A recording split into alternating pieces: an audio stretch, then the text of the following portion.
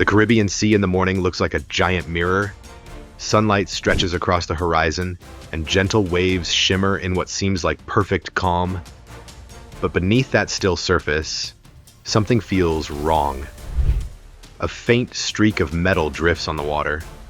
Too slow, too quiet, and too deliberate to be just another fishing boat. In that moment, one node in America's vast surveillance network catches the signal. And with that single alert, a massive system awakens. Aircraft, radar, warships, and the people trained to make life or death decisions in seconds. One mistake could drag an innocent vessel into danger, yet 1 minute too late could let slip a fortune-feeding transnational crime syndicates. This isn't just a story about a boat being stopped, it's a snapshot of an invisible war, where the endless ocean becomes a battlefield, and every nameless dot of steel might be bait for a smuggling network worth millions of dollars. So what makes one small vessel powerful enough to shake an entire sea? Why does the Caribbean, so far from Washington, stand at the front line of America's homeland security? And what's really happening beneath those deceptively calm waves? Join Military Power as we uncover the truth. Don't forget to subscribe to Military Power and explore with us the weapons, strategies, and political choices shaping this new war against the global drug cartels. Now let's get back to the video. The Caribbean Sea appears peaceful from above, but beneath its surface lies one of the most dangerous drug trafficking corridors in the world. For decades, it has served as a secret highway for cocaine and fentanyl shipments headed toward the United States. Smugglers exploit the maze of islands and coves, blending among fishing boats and commercial vessels to avoid detection. American analysts call this stretch the funnel, a narrow maritime corridor where multiple smuggling routes converge, making it a constant surveillance hotspot. What seems like a paradise of blue water and coral reefs is in reality a front line of America's long and costly battle against narcotics. For Washington, this oceanic passage is not just a regional concern. It represents the first barrier protecting the U.S. homeland. The stakes are painfully clear. Once a shipment crosses the coastline, it fuels an epidemic that kills tens of thousands of Americans every year. According to DEA data, nearly 90% of cocaine entering the U.S. travels through Caribbean or Central American waters before reaching Florida and the Gulf Coast. That grim statistic has turned these waters into a battlefield, where patrol aircraft, radar-equipped ships, and Coast Guard cutters hunt smugglers around the clock. To contain the threat, the United States has built a vast maritime shield stretching from Puerto Rico to Panama. It's not only about force projection, but about intelligence coordination and international cooperation. U.S. Navy and Coast Guard vessels share real-time data with allied nations such as Colombia, the Dominican Republic, and Costa Rica. Overhead, P-8 Poseidon aircraft and MQ-9 Reaper drones scan the sea for anomalies, heat signatures, odd speed changes, or radar reflections that could reveal hidden traffickers. Each interception is a blend of technology, precision, and timing, often taking place hundreds of miles from land. Yet even with these resources, the problem continues to evolve. As U.S. surveillance tightens, cartels grow more innovative, using stealthy narco-subs, fiberglass speedboats, and GPS-guided drops to evade capture. Every advance in detection triggers an equal leap in deception.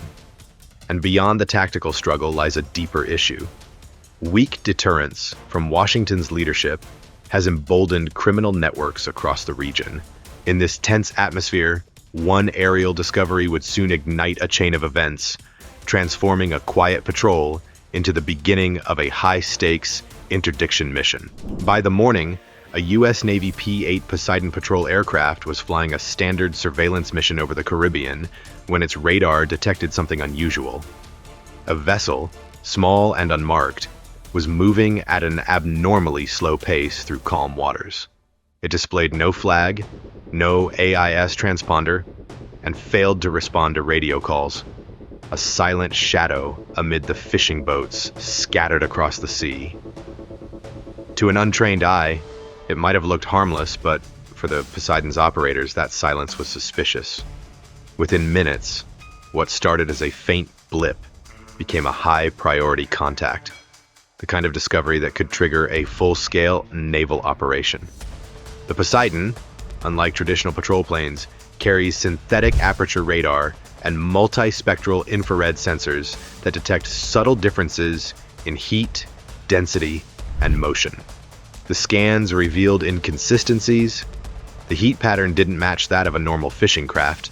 Its hull showed reinforced sections and concealed compartments. It was, in every technical sense, a disguised smuggling ship, part of a network moving cocaine and fentanyl north toward U.S. shores. The P-8 Poseidon is one of the most advanced maritime surveillance tools in the U.S. arsenal. Operating from altitudes up to 20,000 feet, it can scan hundreds of square miles in a single pass. With its electronic intelligence sensors and anti-submarine detection arrays, it functions as a flying command center, collecting, analyzing, and transmitting data in real time. Once the Poseidon confirmed the vessel's signature, the crew relayed its coordinates to the Coast Guard Command Center in Key West, Florida. That message initiated the fast maritime intercept chain, a rapid response system designed for exactly these cases. Within minutes, encrypted communications rippled through the network, from Southcom headquarters to DEA task forces and nearby Navy vessels. The goal was clear: intercept before the target reached Venezuelan territorial waters, where pursuit would become diplomatically risky. Every knot of movement, every minute lost, could determine whether a cartel ship was captured or vanished again into the lawless sea. What happened next would turn a routine patrol into a major interdiction mission. As the Poseidon continued circling above, Coast Guard cutters, interceptor boats, and aerial drones were dispatched to the area, while intelligence officers monitored satellite feeds to confirm the ship's movements. Coordination between branches was seamless, a reminder of how much experience the U.S. has confronting this recurring threat. Following that airborne signal, decisive action beneath the waves and across the sea was swiftly set in motion. Moments after the Poseidon's report reached the operations center, the destroyer USS Gravely DDG-107 received orders to intercept the suspicious vessel. The Gravely, part of the U.S. Navy's guided missile destroyer fleet, was already patrolling near the eastern Caribbean. Within minutes, the crew launched Ledet 401, a law enforcement detachment trained to board and secure smuggling vessels. Using RHIBs, rigid-hulled inflatable boats capable of high-speed maneuvers, the team cut through the waves, guided by real-time coordinates from the P-8 Poseidon above. It was a textbook example of America's integrated maritime response: intelligence from the sky, precision from the sea, and coordination across multiple agencies. As the boarding team approached, the unmarked vessel altered course, confirming its guilt. Over the radio, the Ledet commander issued a warning in English and Spanish. When the crew failed to comply, warning shots were fired across the bow. Moments later, the smugglers surrendered as American sailors climbed aboard. What followed would expose not just a crime at sea, but a piece of $1 billion network stretching from South America to U.S. ports. The boarding inspection was swift, but methodical. Hidden beneath layers of fishing nets and false flooring, the team uncovered 19 bales of cocaine, tightly wrapped, waterproof, and stamped with a distinctive cartel logo. The total weight was 860 pounds, 390 kilograms, with an estimated street value of $13.6 million. Each bale bore a unique emblem, proof this was part of a transnational supply chain moving narcotics from jungle labs to Caribbean transit points, and ultimately, U.S. cities. What struck the Navy team most was the professionalism of the packaging. The drugs were vacuum sealed, chemically treated to evade detection dogs, and stored in compartments designed to mimic fuel tanks. This level of sophistication showed how far criminal organizations had evolved, adopting industrial-scale methods rivaling legitimate trade systems. It also showed how the U.S. Navy, despite its focus on defense, had become a vital player in combating non-state threats that endanger both borders and societies. For the crew of the USS Gravely, this interception wasn't just a tactical win, it was proof of how deeply interconnected today's security challenges have become. The line between military deterrence and law enforcement is no longer clear. In an era where cartels use semi-submersibles, drones, and encrypted networks, every naval mission doubles as a counter-crime operation. According to U.S. Southern Command, over 85% of global cocaine trafficking still moves by sea, most of it through waters patrolled by the U.S. Navy and Coast Guard. The Gravely's mission reflects this shift. While its primary role is missile and submarine defense, it's increasingly deployed in anti-narcotics missions. These dual roles mark the evolution of U.S. maritime power, from large-scale deterrence to agile, hybrid defense. The Navy's presence in the Caribbean sends a clear message. American command of the seas is not only about warfare, it's about stability and the rule of law. For the sailors aboard USS Gravely, the message was clear.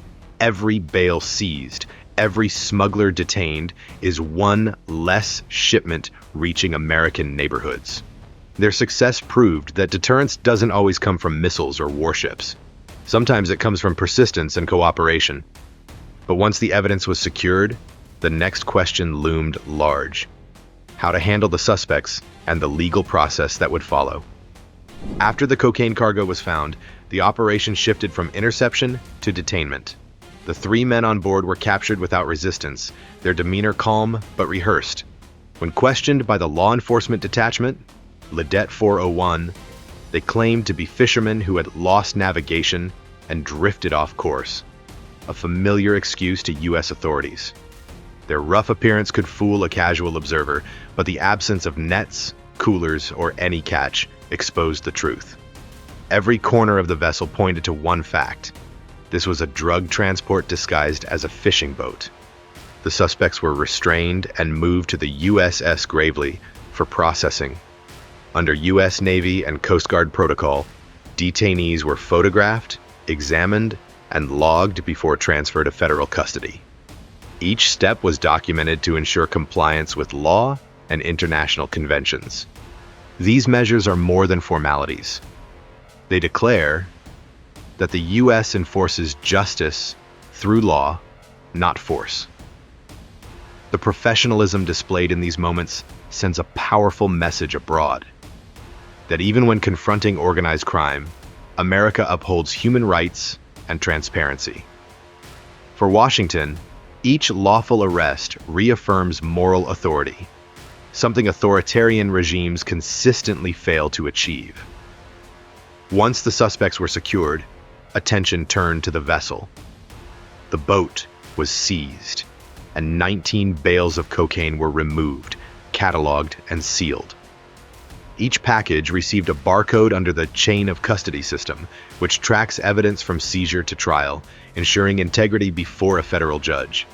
This protocol represents the precision of U.S. maritime law enforcement. In past decades, cartel cases often collapsed due to mishandled evidence. Now, agencies like the DEA, Coast Guard, and Department of Justice use shared tracking systems that prevent tampering. According to a 2024 DOJ report, over 92% of narcotics cases under maritime jurisdiction result in conviction. Proof that legal rigor can be as powerful as any weapon. Maintaining that unbroken chain of documentation not only strengthens the prosecution, but also protects officers from false claims of abuse or corruption, further cementing public trust in federal institutions. What stands out in this incident is not only the use of advanced technology, but the discipline of American institutions. The Gravely's handling of the situation reflects a core national belief that justice must be transparent to earn public trust. Every document and photograph released reinforces credibility, showing a system built on accountability, which is the defining difference between democratic practice and the shortcuts often seen in authoritarian models. The strength of the current approach lies in its focus on legal precision, interagency coordination, and international confidence. Enforcement bodies place greater emphasis on evidence-based procedures and cooperative action, producing outcomes that remain solid under legal scrutiny. Oversight reports show that cases supported by multi-agency work achieve more consistent results, helping reinforce the image of the United States as a nation that acts lawfully and responsibly. Instead of relying on fear-driven measures or symbolic displays, the strategy in place today is rooted in steadiness and cooperation, making it easier for allies to participate in joint operations. It is an approach that uses reliability rather than intimidation, and that reliability is now an important factor strengthening America's leadership in a rapidly changing global environment. After processing aboard USS Gravely, the suspects were transferred to a Coast Guard cutter and flown to Miami, Florida, where they faced federal hearings. The sealed evidence followed under guard. Within 48 hours, they were charged with drug trafficking and conspiracy, crimes carrying sentences of up to life imprisonment. The speed and order of the process show the professionalism of those involved. It's not about revenge, but about ensuring accountability under due process. In a world where many governments bend the law for politics, America's maritime justice system still stands as a rare balance of strength and principle. It demonstrates that the fight against cartels isn't just a matter of force projection. It's about defending the rule of law itself and proving that justice, when grounded in integrity, can be the most effective form of deterrence. The legal framework was secured, but to grasp the full scope of this case, it must be seen as part of a much larger regional campaign. The USS Gravely's interdiction was not an isolated case, but part of Operation Martillo, one of the largest multinational anti-drug efforts ever launched. Created in 2012 under U.S. leadership, it unites over 20 countries across the Americas and Europe in a mission to disrupt the maritime drug routes feeding the U.S. market. The name Martillo, Spanish for hammer, reflects its intent: relentless, coordinated pressure on transnational cartels. Led by U.S. Southern Command, SOUTHCOM, the initiative combines naval patrols, air surveillance, and shared intelligence into a single network that never sleeps. Partners such as Colombia, Costa Rica, the UK, and the Netherlands provide ships, aircraft, or radar coverage, while others contribute intelligence and logistics. The coalition tracks smuggling routes and intercepts vessels long before they reach land, proving one key truth: no nation can fight the drug trade alone. The U.S. once focused mainly on domestic enforcement, but experience showed that stopping narcotics offshore is both cheaper and far more effective, reducing violence, corruption, and addiction before they ever spill across borders. At the core of Operation Martillo lies forward interdiction, targeting shipments at sea before they reach American soil. This proactive approach allows the U.S. and its allies to strike traffickers where they are most vulnerable, preventing tons of cocaine from flooding U.S. cities. Since 2012, Operation Martillo has seized over 500 metric tons of narcotics worth more than $40 billion. Each intercepted vessel weakens cartel finances, reduces local violence, and undermines the global drug network that depends on secrecy and safe corridors. The strategy also proves that early action beats border defense. Building walls or militarizing checkpoints might look strong, but they treat symptoms, not causes. Forward interdiction cuts off the problem at its root, turning the ocean from a smuggler's highway into a barrier guarded by an alliance of nations. Operation Martillo's success lies in international cooperation. Shared intelligence across the US, Latin America, and Europe has exposed cartel fleets once invisible to law enforcement. By bridging gaps in language, jurisdiction, and politics, the coalition shows that diplomacy and enforcement can merge into one unified defense against organized crime. Each successful interdiction, like the USS Gravely's mission, is more than a naval operation. It's proof that America's greatest strength lies in working with allies and stopping crises before they reach its shores. The Gravely's role in Operation Martillo marked more than a tactical win. It showed how international missions can echo back into America's domestic and political life.